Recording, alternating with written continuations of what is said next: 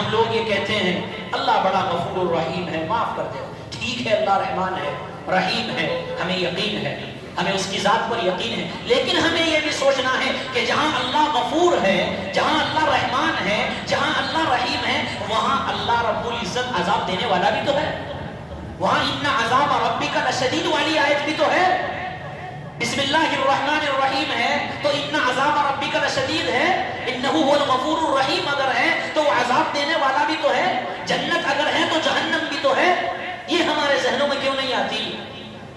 من شرور انفسنا ومن سيئات اعمالنا من يهده الله فلا مضل له ومن يضلله فلا هادي له ونشهد أن لا إله إلا الله وحده لا شريك له ونشهد أن سيدنا وحبيبنا ونبينا ومولانا محمدا عبده ورسوله وصلى الله على النبي وعلى آله وأصحابه وأزواجه وذرياته وسلم تسليما كثيرا كثيرا. أما بعد، قال الله تبارك وتعالى في القرآن المجيد والفرقان الحميد: أعوذ بالله من الشيطان الرجيم، بسم الله الرحمن الرحيم. أحل الله البيع وحرم الربا، صدق الله العظيم. اللهم صل على سيدنا نبينا ومولانا محمد وبارك وسلم عليه. اللہ رب العزت کا انتہائی احسان و کرم ہے کہ اس نے ہم سب کو اپنی عبادت کے واسطے جمع فرمایا اور کچھ کہنے کی اور سننے کی توفیق عطا فرمائی. اللہ سے دعا ہے کہ جو کچھ کہا جائے، سنا جائے، اللہ ہم سب کو اس کو اپنی زندگی میں لانے کی اور اس پر عمل کرنے کی توفیق عطا فرمائے. اللہ رب العزت نے قرآن مقدس میں مختلف احکام ذکر فرمائے. جیسا کہ گزشتہ ہفتے میں یہ بات ذکر کی گئی تھی کہ جہاں اسلام اور چیزوں کا حکم کرتا ہے، صفائی کا، طہارت کا، ستھرائی کا، پاکیزہ رہنے کا حکم کرتا ہے، اسی کے تعلق سے گفتگو ہوئی تھی. لیکن اسی سے ہمیں یہ بات سمجھنی چاہیے کہ جیسے ہمارا جسم کا پاک ہونا ضروری ہے، جیسا ہمارے کپڑوں کا پاک ہونا ضروری ہے، جیسا کہ جہاں نماز پڑھ رہے ہیں وہاں پر پاک ہونا ضروری ہے، جس طرح سے ہمارے مکمل جسم، مکمل کپڑوں کا پاک ہونا ضروری ہے اور ہم اس کی کوشش کرتے ہیں، اہتمام کرتے ہیں، چاہے مسجد میں ہو یا گھر میں ہو یا سفر میں ہو، اسی طرح ہمیں یہ بات سوچنی چاہیے کہ جس طرح سے ہمیں کپڑوں کا، جسم کا، بدن کا، جگہ کا، گھروں کا صفائی کا حکم ہے، اسی طرح اللہ رب العزت نے ہمیں دلوں کی صفائی کا بھی حکم دیا ہے. دلوں کی صفائی کا بھی حکم دیا ہے. جسمانی جسم کو اگر غذا نہ ملے، کھانا نہ ملے تو جسم کمزور ہو جاتا ہے. دل جو روحانی ہے، اگر اس کو روحانی غذا نہ ملے، روحانی غذا کا مطلب اللہ کا ذکر ہے، تلاوت قرآن ہے، عبادات ہے، مختلف عبادات ہیں، اگر یہ چیز نہ ملے تو یہ دل ہمارا مردہ ہو جاتا ہے. تو ہمارے لیے جسم کو پاک رکھنا بھی ضروری ہے اور اپنے باطن کو، ظاہر کو پاک رکھنا بھی ضروری ہے اور باطن کو پاک رکھنا بھی ضروری ہے. باطن پاک کیسے ہوگا؟ باطن کو پاک رکھنے کی سب سے پہلی شرط ذکر اللہ، اللہ کا ذکر ہے.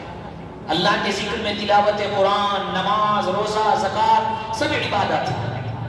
یہ ہوگی تو دل ہمارا زندہ ہوگا، اور اگر ہماری زندگی سے یہ تمام ختم ہو گئی تو ہمارا دل مردہ ہے، ہمارا دل زندہ نہیں ہے، ہماری روح پاک نہیں ہے۔ روح کی جیسے جسم کی پاکی کے لیے پانی سے اس کو دھویا جاتا ہے، صاف کیا جاتا ہے، اسی طرح روحانی بیماری کو، روحانی گندگی کو پاک کرنے کے لیے ہمیں عبادتوں کا سہارا لینا ہے۔ عبادتوں کے بغیر، نمازوں کے بغیر، زکاتوں کے بغیر اور مختلف چیزوں کے بغیر، اخلاق کے بغیر ہماری روح پاک نہیں ہو سکتی۔ اسی طرح ہماری روح جہاں ذکر اللہ کی محتاج ہے، وہاں سب سے اہم چیز ہے اکل حلال۔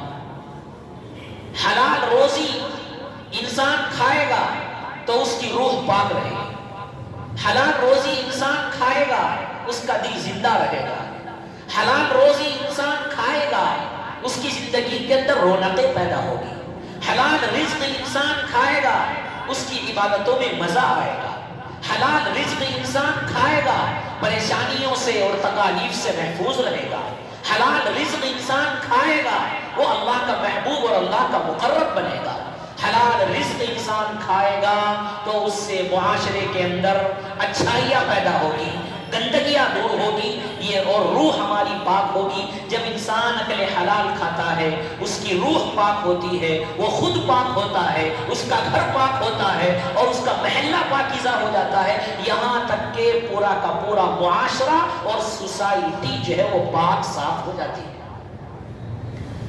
ایک صحابی نے عرض کیا یا رسول اللہ سب سے افضل تجارت کمائی کون سی ہے، کون سا نفع سب سے افضل ہے؟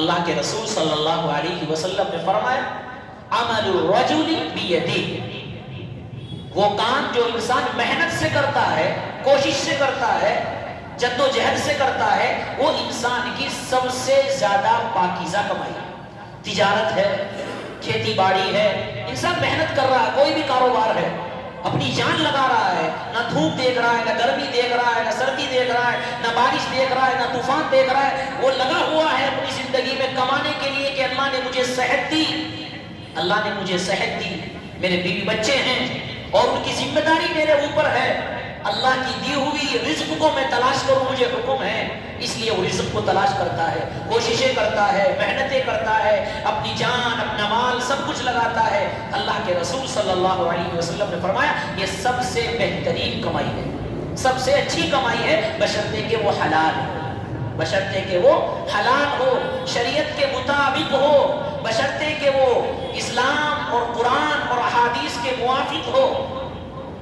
کتابوں کے اندر یہ بات ہمیں ملتی ہے اور اللہ کے رسول صلی اللہ علیہ وسلم کی احادیث بھی ہے کہ فتنوں کا دور ہوگا، ایسے فتنوں کے دور میں اگر انسان جب پوری دنیا کے اندر سود عام ہو جائے گا، جیسا کہ ابھی اس کا ذکر آئے گا، سود عام ہو جائے گا اور سود سے بچنا انسان کے لیے بہت مشکل اور ناممکن ہوتا چلا جائے گا، جیسا کہ آج کا زمانہ آ رہا ہے، ایسے وقت میں رسول اللہ صلی اللہ علیہ وسلم نے فرمایا ایسے وقت میں، فتنوں کے دور میں، سودوں کے دور میں، حرام مال چل رہا ہے، سوسائٹی کے اندر چل رہا ہے، کاروبار چل رہا ہے، ایسے دور میں انسان اکل حلال کو تلاش کرتا ہے، حلال روزی کو تلاش کر کے انسان کھائے گا تو اللہ کے رسول صلی اللہ علیہ وسلم نے فرمایا ایسے دور میں اس کھانے والے کو، اس کمانے والے کو، حلال رزق کمانے والے کو 50 شہیدوں کا ثواب دیا جائے۔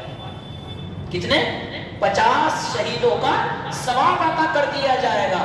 شہید کا اتنا بڑا مقام، ایک شہید کا اتنا بڑا مقام کہ انسان کتنی بھی عبادت کر لے اس کے درجے تک نہیں پہنچ سکتا، پھر 50 شہیدوں کا کتنا بڑا مقام ہوگا۔ وہ ثواب جو 50 شہیدوں کو ملتا ہے فتنوں کے دور میں، سود کے دور میں، حرام کاروباری کے دور میں انسان تلاش کر کے حلال روزی تلاش کرے گا، میرے آقا صلی اللہ علیہ وسلم نے فرمایا وہ اس انسان کو 50 شہیدوں کا ثواب دیا جائے۔ فضیل ابن عیاض رضی اللہ عنہ نے فرمایا کہ معاشرے کے اندر کچھ لوگ وہ ہوتے ہیں جس سے معاشرے میں سدھار ہوتا ہے، معاشرے میں سدھار ہوتا ہے، معاشرے کے اندر رونقیں پیدا ہوتی ہے، معاشرے کے اندر اصلاح ہوتی ہے۔ پوچھا گیا کون ہیں وہ لوگ جن کی وجہ سے معاشرہ رونق افروز ہو جاتا ہے، منور ہو جاتا ہے، معاشرے کی اصلاح ہو جاتی ہے، کہا کہ ان لوگوں کی وجہ سے ہوتی ہے جو سود کو چھوڑ کر حلال روزی تلاش کرتے ہیں، جو سود کو چھوڑ کر اور حرام پیسے کو چھوڑ کر حلال کو تلاش کرتے ہیں، ایسے لوگوں کی وجہ سے معاشرے کو رونق بخشی جاتی ہے۔ اور بعض مرتبہ بعض احادیث میں یہاں تک بھی ہے کہ اللہ کے رسول صلی اللہ علیہ وسلم نے فرمایا کہ ان لوگوں کی وجہ سے اللہ رب العزت عذاب کو روک دیتا ہے کہ نہیں میرے بندے ایسے ہیں کہ ان کے سامنے حرام مال پڑا ہوا ہے، وہ چاہے تو لاکھ 2 لاکھ کما سکتے ہیں، لیکن میرے ڈر میرے خوف کی وجہ سے وہ حرام کو نہیں چھوڑ رہے، حلال روزی کو تلاش کر رہے، حلال روزی کے لیے اپنے آپ کو جان مال لگا رہے ہیں۔ فرمایا کہ ان کی وجہ سے بہت سی مرتبہ عذاب کو روک دیا جاتا ہے۔ حلال روزی کے فضائل قرآن مقدس میں بے شمار ہیں، بے شمار ہیں۔ اب ہم اپنے دور کو دیکھیں اور جو آج کا مضمون مین ہے اس کو دیکھیں۔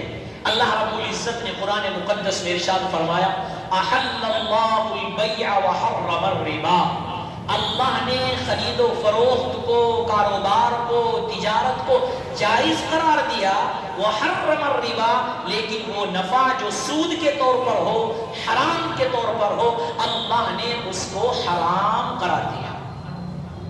اللہ کے رسول صلی اللہ علیہ وسلم کی آمد سے قبل، اسلام کے آنے سے پہلے، قرآن کی نزول سے پہلے، یہودی بھی ایک دوسرے کو پیسے دیتے تھے اور اس پر سود لیتے تھے۔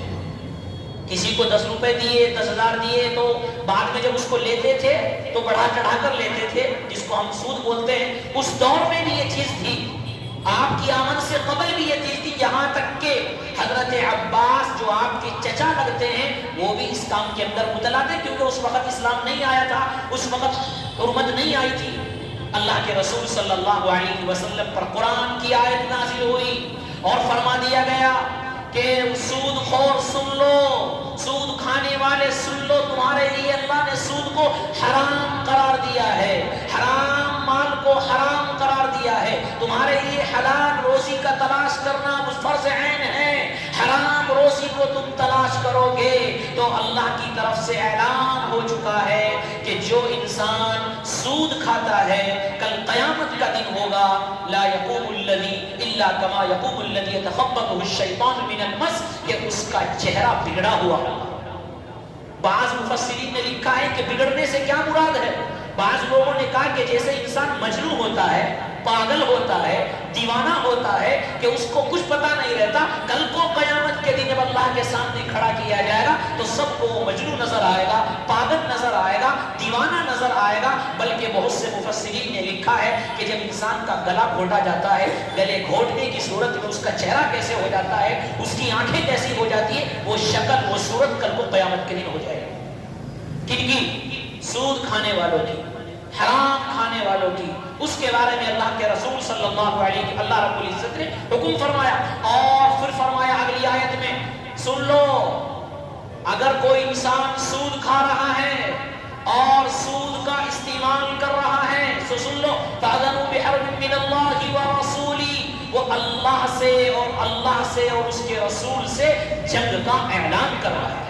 یعنی گویا کہ اللہ نے اس سے جنگ کا اعلان کر دیا کہ میری جنگ ہے اس شخص سے جو سود کھاتا ہے، میری جنگ ہے اس شخص سے جو حرام کھاتا ہے۔ اللہ نے جنگ کا اعلان زنا کے طور پر نہیں کیا، اللہ نے زنا کے طور پر، شراب، سب کا ذکر قرآن میں ہے، لیکن جنگ کا اعلان کس شخص کے لیے کیا؟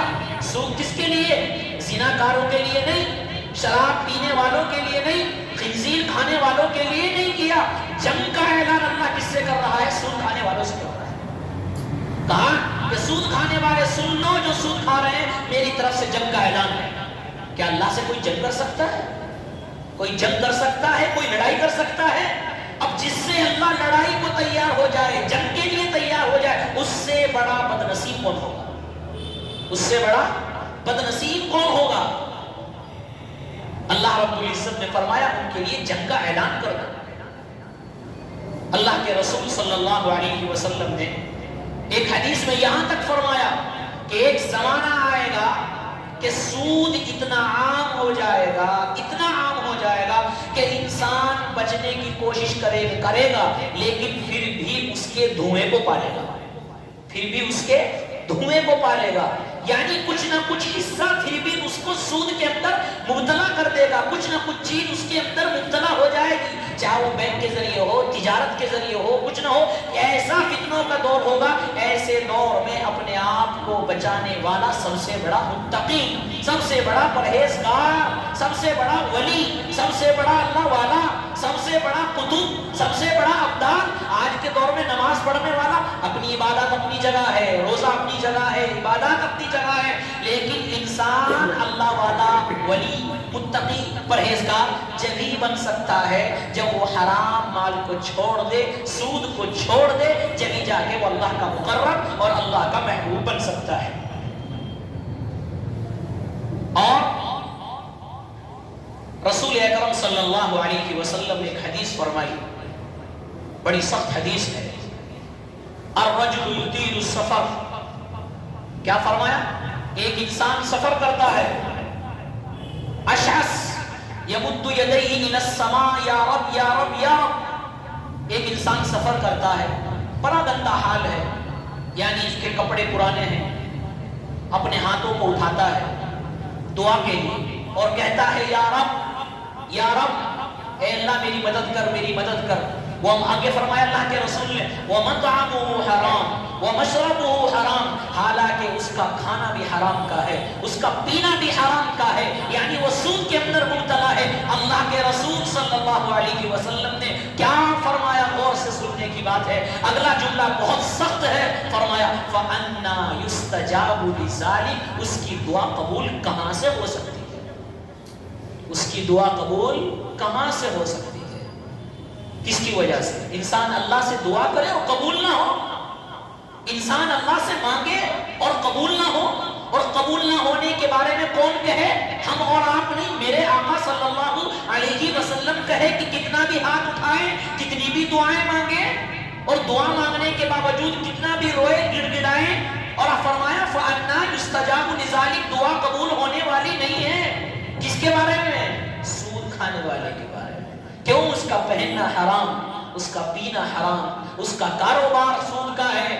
ایسے کے بارے میں رسول اللہ صلی اللہ علیہ وسلم نے فرمایا کہ اس کی دعا قابل قبول نہیں ہوتی، بلکہ ایک حدیث میں یہاں تک فرمایا کہ جس نے ایک لقمہ بھی حرام کا اپنے منہ میں ڈالا، سود کا ڈالا، ایک حدیث میں اللہ کے رسول صلی اللہ علیہ وسلم نے فرمایا کہ 40 دن تک اس کی عبادت، اس کی دعا قابل قبول نہیں۔ بہت سخت حدیث ہے۔ ایک حدیث میں حضرت ابو امامہ رضی اللہ تعالی عنہ فرماتے ہیں کل قیامت کا دن ہوگا، میدان محشر ہوگا، انصاف کا دن ہوگا، کچھ لوگوں کو اللہ رب العزت کہے کہ ان کو جہنم کے اندر ڈال دیا جائے، جہنم کے اندر ڈال دیا جائے۔ فرشتے کہیں گے یا اللہ ہم یصلون ویصومون ویزکون، یہ الفاظ حدیث کے، کیا کہیں گے؟ اللہ ان کو جہنم میں جانے کا حکم کیوں ہو رہا ہے؟ یہ تو نمازیں پڑھتے تھے، زکاتیں دیتے تھے، حج کیا کرتے تھے، روزے رکھا کرتے تھے، اللہ یہ تو تیری عبادت کیا کرتے تھے، ان کو جہنم میں جانے کا حکم کیوں ہو رہا ہے؟ اللہ رب العزت فرمائیں گے یہ نمازیں، روزے، زکات، حج سب کرتے تھے، لیکن ان کا کھانا حرام کا، ان کا کاروبار حرام کا، یہ سود کھانے والے تھے، اس لیے سود کھانے کی وجہ سے، حرام کھانے کی وجہ سے ان کی تمام عبادتیں ختم کر دی گئی، ان کی تمام عبادتوں کو اڑا دیا گیا، اور ان کی تمام عبادتیں ایک طرف، ان کے سود کھانے کی وجہ سے ان کو جہنم میں جانے کا اعلان ہو رہا ہے۔ کتنی سخت حدیثیں ہیں، کتنی سخت حدیثیں ہیں۔ ایک حدیث میں آیا ہے شیطان اپنے چیلوں کو حکم کرتا ہے کہ اس کو یہ بہکاؤ، اس کو یہ کام کرواؤ، اس سے یہ کام کرواؤ، اس سے فلاں گناہ کرواؤ۔ کسی کے بارے میں معلوم ہو جاتا ہے کہ یہ سود کھانے والا ہے، شیطان کہتا ہے اس کے پاس جانے کی ضرورت نہیں ہے، یہ تو خود ہی اپنے پیروں پر کلاڑی مار رہا ہے، کیونکہ یہ تو خود ہی سود کھا رہا ہے، اس کی نہ عبادتیں قبول، نہ نمازیں قبول، نہ دعائیں قبول، ہمیں کچھ کرنے کی ضرورت نہیں، یہ تو خود ہی سود کھا رہا ہے۔ ایک حدیث میں اللہ کے رسول صلی اللہ علیہ وسلم نے فرمایا، لعنت فرمائی اللہ کے رسول صلی اللہ علیہ وسلم نے، کس پر؟ سود لینے والے پر، سود دینے والے پر، سود کو لکھنے والے پر، سود کے طور پر اور سودی کاروبار میں گواہ بننے والے پر اللہ کے رسول صلی اللہ علیہ وسلم نے لعنت فرمائی۔ ہم یہ سوچتے ہیں کہ ہم کھا تو نہیں رہے، خالی گواہ بن رہے ہیں یا لکھ رہے ہیں، چاہے وہ کمپیوٹر کے ذریعے آج کے دور میں، چاہے وہ کسی بھی ذریعے ہو۔ اللہ کے رسول صلی اللہ علیہ وسلم نے فرمایا لینے والا، دینے والا، لکھنے والا، گواہ بننے والا، سب پر لعنت۔ اور اس سے اگلا جملہ سنو، بہت سخت ہے، کیا فرمایا؟ مثلہم سوا، تمام کے تمام گناہ میں برابر ہے۔ کیا فرمایا؟ تمام کے تمام گناہ میں برابر ہے۔ یہ مت سوچے کہ میں تو نہیں کھایا، میں تو خالی گواہ بنا۔ یہ مت سوچے میں تو نہیں کھایا، میں تو خالی کتابت کی ہے، لکھا ہے یا کمپیوٹر میں لکھا ہے۔ یہ تو مت سوچے کہ میں تو خالی گواہ بنا ہوں یا لکھا ہوں، میں تو نہیں کھایا یا میں نے تو دیا ہے، لیا نہیں۔ نہیں نہیں، اللہ کے رسول فرما رہے ہیں کہ لینے والا بھی لعنت کا مستحق، دینے والا بھی مستحق، لکھنے والا بھی مستحق، گواہ بننے والا بھی مستحق۔ اور یہ مت سوچے کہ لینے والا، کھانے والا زیادہ گناہ میں شامل، سب لوگ برابر کے شامل ہیں۔ کتنی سخت حدیث ہے، بلکہ ایک حدیث اللہ کے رسول صلی اللہ علیہ وسلم نے اس سے بھی سخت فرمائی، اس سے بھی سخت فرمائی، اور آپ نے تمام حضرات نے وہ حدیث سنی ہوگی۔ کیا کہ انسان سود کھاتا ہے، سود کے 70 درجے، بعض روایات میں 73 درجے ہیں، ان میں سے سب سے ادنا، سب سے کم تر کیا ہے؟ یہ کہ اپنی ماں سے نعوذ باللہ زنا کرنا ہے۔ نعوذ باللہ من ذالک، کوئی سوچ سکتا ہے اپنی ماں سے نعوذ باللہ زنا کرنا؟ اللہ کے رسول صلی اللہ علیہ وسلم فرما رہے سود کھانے والا گویا کہ ایسا ہے وہ اپنی ماں سے نعوذ باللہ زنا کر رہا ہے۔ کتنی سخت وعیدیں ہیں، کتنی سخت احادیث ہے سود کے بارے میں، اور جنگ کا اعلان اللہ رب العزت جس سے کر رہا ہے، کتابوں کے اندر لکھا ہے۔ اللہ کے رسول صلی اللہ علیہ وسلم معراج کے اندر جا رہے ہیں، جبرائیل علیہ السلام لے کر جا رہے ہیں۔ کچھ لوگ ہیں کہ ان کے پیٹ بڑے بڑے ہو رہے ہیں، اور حدیث کے الفاظ ہے فیہ الحیہ، آپ کو دکھلائے گئے کہ ان کے پیٹوں کے اندر سانپ اور بچھو ہے۔ اللہ کے رسول صلی اللہ علیہ وسلم نے حضرت جبرائیل سے پوچھا، اے جبرائیل یہ کون لوگ ہیں؟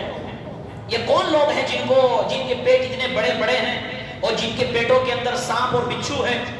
جبرائیل علیہ السلام نے فرمایا یا رسول اللہ، یہ لوگ وہ ہیں جو دنیا کے اندر سود کھاتے تھے۔ یہ لوگ وہ ہیں جو دنیا کے اندر سود کھاتے تھے۔ گویا کہ دنیا کے اندر ہی اللہ کے رسول کو سود کھانے والوں کا عذاب دکھلا دیا گیا۔ دنیا کے اندر ہی سود کھانے والوں کا عذاب اللہ کے رسول کو دکھلا دیا گیا۔ بلکہ ایک حدیث میں ہے، اسی طرح آگے گئے، جبرائیل علیہ السلام آگے لے کر گئے کہ دیکھا کہ کچھ لوگ ہیں، خون کی نہر ہے، خون کی نہر ہے، اس میں کچھ لوگ غوطہ لگا رہے ہیں، وہ باہر نکلنے کی کوشش کرتے ہیں، ان کو پتھر مارا جاتا ہے، پتھر مار کر ان کو دوبارہ خون کے اندر اور نہر کے اندر ڈال دیا جاتا ہے۔ جبرائیل علیہ السلام سے پوچھتے ہیں اللہ کے رسول کہ اے جبرائیل یہ کون لوگ ہیں جو خون کی نہروں کے اندر مبتلا ہیں، باہر نکلنے کی کوشش کر رہے ہیں؟ فرشتے مارتے ہیں، پتھر مار کر سر پر پتھر مار کر ان کو پیچھے بھیج دیتے ہیں۔ ان کو یہ عذاب کیوں دیا جا رہا ہے؟ ان کو عذاب کے اندر کیوں مبتلا کیا جا رہا ہے؟ فرمایا گیا اے اللہ کے رسول، یہ وہ لوگ ہیں جو لوگوں کو سود دیا کرتے تھے، سود لیا کرتے تھے، پیسے دے کر، وہ پیسے دے کر اس کے اوپر سے قرضہ سود کے طور پر لیا کرتے تھے۔ آج اللہ رب العزت نے سود کی وجہ سے ان کو یہ عذاب دیا ہے۔ آج سود کی وجہ سے یہ عذاب دیا ہے۔ کتنے احادیث میں یا کتابوں کے اندر کتنے واقعات ایسے لکھے ہوئے ہیں، سود کی وجہ سے ہم لوگ یہ سوچتے ہیں کہ ظاہری طور پر ہمارا مال بڑھ رہا ہے، لیکن نہیں، سود کی وجہ سے گھر کے گھر، خاندان کے خاندان برباد ہوتے ہوئے تاریخ میں لکھے، تاریخ میں وہ واقعات لکھے ہوئے ہیں کہ پورے کے پورے خاندان اجڑ گئے، پورے کے پورے خاندان ختم ہو گئے، جس وجہ سے زنا یا شراب یا حرام یا اس کی وجہ سے نہیں، بلکہ سود اور حرام کاری کی وجہ سے۔ ایسے ایسے واقعات لکھے ہوئے ہیں کہ سنتے ہوئے، سناتے ہوئے، پڑھتے ہوئے ڈر لگتا ہے۔ ناقابل یقین واقعات میں لکھا ہے. ایک جھلک میں آپ حضرات کے سامنے بتاؤں کہ ایک صاحب کو دفنانے کے لیے لے جایا گیا تو ان کی قبر ٹیڑھی ہو گئی. ان کی قبر ٹیڑھی ہو گئی. ایک کتاب ہے ناقابل یقین واقعات, اس میں یہ بات لکھی ہے. بار بار اس کو کوششیں کر رہے ہیں, مردے کو لٹا رہے ہیں, لیکن مردہ ٹیڑھی ہونے کی وجہ سے ادھر ہو جاتا ہے. لوگ پریشان ہو گئے, کیا مسئلہ ہے, سمجھ میں باہر ہے. خیر کیسے کیسے کر کے ان کو دفنا دیا گیا. پوچھا گیا ان کے گھر جا کر ان کا کون سا عمل ایسا تھا جو اللہ کو ناپسند آ گیا کہ دنیا کے اندر ہم دیکھ رہے ہیں کہ ان کی قبر کو ٹیڑھا کر دیا گیا, یعنی عذاب گویا کہ دنیا سے شروع ہو رہا ہے. کون سا ایسا گناہ تھا؟ بتایا گیا کہ یہ وہ لوگ تھے, یہ وہ شخص تھا جو پیسے دے کر اوپر سے پیسے لیتا تھا, یعنی سود لیتا تھا. آج ہم لوگ یہ کہتے ہیں اللہ بڑا غفور الرحیم ہے, معاف کر دے. ٹھیک ہے, اللہ رحمان ہے, رحیم ہے, ہمیں یقین ہے, ہمیں اس کی ذات پر یقین ہے, لیکن ہمیں یہ بھی سوچنا ہے کہ جہاں اللہ غفور ہے, جہاں اللہ رحمان ہے, جہاں اللہ رحیم ہے, وہاں اللہ رب العزت عذاب دینے والا بھی تو ہے. وہاں ان عذاب ربک لشدید والی آیت بھی تو ہے. بسم اللہ الرحمن الرحیم ہے تو ان عذاب ربک لشدید ہے, انہ هو الغفور الرحیم اگر ہے تو وہ عذاب دینے والا بھی تو ہے. جنت اگر ہے تو جہنم بھی تو ہے. یہ ہمارے ذہنوں میں کیوں نہیں آتی؟ آج ہمارے معاشرے میں یہی چل رہا ہے, اور ہم یہ کہتے ہیں کہ جی جو اللہ کے رسول صلی اللہ علیہ وسلم کے دور میں سود تھا وہ آج کے دور میں سود نہیں. یاد رکھنے کی بات ہے, ہمیں یہ بات ذہن میں بٹھا لینی ہے کہ اللہ اور اس کے رسول نے جو چیز حرام کر دی ہے وہ قیامت تک حرام رہے گی. صورتوں کے بدلنے سے حقیقت نہیں بدلتی. اس کو دوسرے الفاظ میں آپ یہ کہیں, نام بدلنے سے حقیقت نہیں بدلتی. نام بدلنے سے حقیقت نہیں بدلتی. اس دور میں شراب کا نام کچھ اور تھا, آج کے دور میں بیئر یا کیا کیا نام آ چکے ہیں, تو آج کے دور میں بہت سے لوگ کہتے ہیں وہ شراب نہیں ہے جو اس دور میں تھی. نہیں نہیں, اللہ کے رسول صلی اللہ علیہ وسلم نے شراب کی حرمت کیوں؟ کیونکہ وہ نشہ لینے والی ہے. ہر وہ چیز جو نشہ آور ہو, نشہ دینے والی ہو, وہ حرام ہے, چاہے اس کے کچھ بھی نام رکھ دیے جائے, وہ سب کے سب شراب کے حکم میں ہے. حقیقت نہیں بدلتی. اب آپ مثال کے طور پر سمجھے خنزیر حرام اللہ نے قرار دیا, خنزیر کا کھانا حرام ہے یا کتے کا کھانا حرام ہے, سب کو پتا ہے. اب اگر کوئی یہ کہے کہ خنزیر کا کھانا اس لیے حرام ہے کہ وہ گندگی میں رہتا ہے, گندگی کھاتا ہے, برے غلط چیزوں میں رہتا ہے, سڑی سڑی چیزیں کھاتا ہے اس لیے حرام ہے, اور یہ کہے کہ اب ہم اس کو پاک کر کر نہلا دھلا کر اب اس کو ہم پاکیزہ جگہ رکھیں گے, اچھی اچھی کھانے کی چیز دیں گے, تو کیا وہ حلال ہو جائے گا؟ حلال تو نہیں ہوگا نا. وہ حرام ہے تو حرام رہے گا, وہ قیامت تک حرام ہے. چاہے اس کو آپ کتنی بھی حلال چیزیں دے دے, کتنا بھی نہلا لے, کتنا بھی دھلا لے, لیکن جو چیز حرام اللہ نے اور اس کے رسول نے کر دی ہے وہ قیامت تک حرام ہی رہنے والی ہے, اور جو چیز حلال کر دی ہے وہ قیامت تک حلال رہنے والی ہے. میں اور آپ کون ہوتے ہیں اللہ کی حرام کی ہوئی چیز کو حلال کرنے والے؟ میں اور آپ کون ہوتے ہیں اللہ کی حرام کردہ چیز کو حلال کرنے والے؟ یہ علماء نے بتایا ہے کہ علماء اپنی طرف سے حرام نہیں کہتے, علماء اپنی طرف سے حلال نہیں کہتے. علماء قرآن و حدیث کی روشنی میں دیکھ کر یہ کہتے ہیں کہ اللہ نے جو چیز حرام کی ہے وہ قیامت تک حرام رہے گی, اللہ نے جو چیز حلال کی ہے وہ قیامت تک حلال رہے گی. علماء کے کہنے سے ہمارے کہنے سے کچھ نہیں ہوگا. علماء فرماتے ہیں ہم اپنی طرف سے نہیں کہتے, ہم کتابوں کو دیکھ کر, قرآن و حدیث کو دیکھ کر. آج کل یہ کہتے ہیں کہ علماء نے حرام قرار دیا. علماء کون ہوتے ہیں حرام کرانے والے؟ علماء کون ہوتے ہیں؟ علماء پر کون سی وحی آتی ہے؟ مفتیان اکرام پر کون سی وحی آ رہی ہے؟ کون جبرائیل علیہ السلام آ رہے ہیں؟ نہیں نہیں, ان کے سامنے کتابوں کا ذخیرہ رہتا ہے, قرآن رہتی ہے, احادیث رہتی ہے, اور ان کے سامنے اصول فقہ اور فقہ رہتا ہے. ان تمام چیزوں کو دیکھ کر وہ جو چیز دکھتی ہے اس کو حرام قرار دیتے ہیں, جو چیز ان کو شریعت اور قرآن کے مطابق دکھتی ہے اس کو حلال قرار دیتے ہیں, اور یہ فرماتے ہیں جو چیز حرام ہے وہ حرام ہے, جو چیز حلال ہے وہ حلال ہے. ناموں کے بدلنے سے حکم نہیں بدلتا, یہ یاد رکھنے کی بات ہے. ناموں کے بدلنے سے حکم نہیں بدلتا, ناموں کے بدلنے سے حقیقت نہیں بدلتی.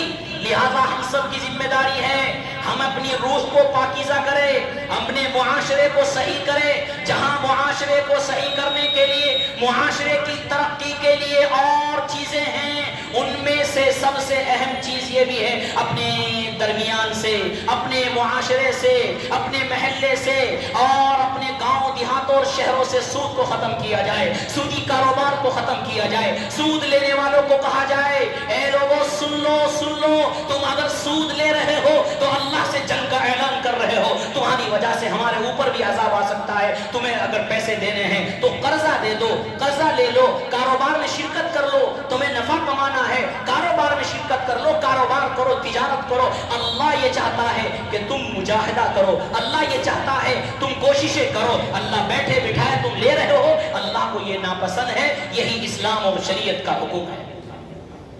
لہٰذا ہم سب کی ذمہ داری ہے، ہم جسم کو پاک رکھنے کی کوشش کرتے ہیں، اپنے روح کو پاک رکھنے کے لیے ہمیں ضروری ہے حرام کاری سے اور سود سے اپنے آپ کو بچائیں۔ یہی ہمارے لیے کل کو قیامت کے دن انشاءاللہ تعالی اگر ہم آپ حرام سے اپنے آپ کو بچائیں، اپنے آپ کو حلال روزی کے اندر مبتلا کریں گے، ہماری نمازیں کم ہو گئی، زکوٰۃ صدقات کم ہو گئے، یہ اللہ کا معاملہ ہے، یہ حقوق اللہ ہے، ہو سکتا ہے اللہ معاف کر دے، وہ رحمان ہے، رحیم ہے، لیکن اگر کاروبار میں یا حرام کاری کے اندر مبتلا ہے تو یہ حدیث، یہ واقعات اور یہ قرآنی آیات سے ہمیں ڈرنا چاہیے کہ اللہ کتنا غصے میں ہے کہ جنگ کا اعلان کرنا۔ دوسری بات، آخری بات یہ ہے، ہم سب کو معلوم ہے ابھی دو اعلان بھی ہونے والے ہیں، وہ تعلیم کے تعلق سے ہے۔ ہمارا معاشرہ جہاں سود کے تعلق سے ہم معاشرے کو اچھا اور رونق بخشیں گے، وہاں ہمارے معاشرے کے لیے تعلیم بھی ضروری ہے، تعلیم ضروری ہے، تعلیم کے بغیر معاشرہ صحیح نہیں ہو سکتا۔ اور ایک بات ذہن میں رکھ لیں اور بٹھا لیں اپنے دلوں کے اندر کہ جس معاشرے میں اصلاح کی فکر ہو، یاد رکھنا میں کیا کہہ رہا ہوں، جس معاشرے میں اصلاح کی فکر ہو، تعلیم کی فکر نہ ہو، وہ معاشرہ رونق اور معاشرہ اوپر نہیں جا سکتا، ترقی نہیں آ سکتی۔ معاشرے میں اصلاح کی فکر ہے اور تعلیم کی فکر نہیں ہے تو معاشرہ اوپر نہیں جا سکتا، معاشرہ ترقی پہ نہیں آ سکتا۔ معاشرے کی ترقی کے لیے جہاں اصلاح کی ضرورت ہے، جہاں عبادتوں، نمازوں، روزوں کی ضرورت ہے، وہیں کیا ہے، تعلیم کی ضرورت ہے۔ ہم اپنے بچوں کو، اپنی بچیوں کو تعلیم سے آگاہ کرائیں، اور ہمارے سامنے بار بار وہ باتیں بول چکے ہیں، ہم سب کے سامنے وہ بچیاں ہیں، روزانہ کے واقعات کہ وہ غیروں کے ساتھ، اس کے ساتھ جا رہی ہے، اس کے ساتھ بھاگ رہی ہے، غیروں کے ساتھ جا رہی ہے۔ یہ کیا ہے، تعلیم نہ ہونے کی وجہ سے۔ ہم سب کی ذمہ داری ہے کہ اپنے بچوں کو تعلیم سے آگاہ کرائیں، اپنے معاشرے سے سود کو ختم کرنے کے ساتھ ساتھ اپنے بچوں کو بتائیں کہ بیٹا تو کما لے، حلال کمانا، حرام سے اپنے آپ کو بچانا، سود سے اپنے آپ کو بچانا، اور تو نے تعلیم حاصل کر لی ہے، آنے والی نسل کو تو تعلیم دینا۔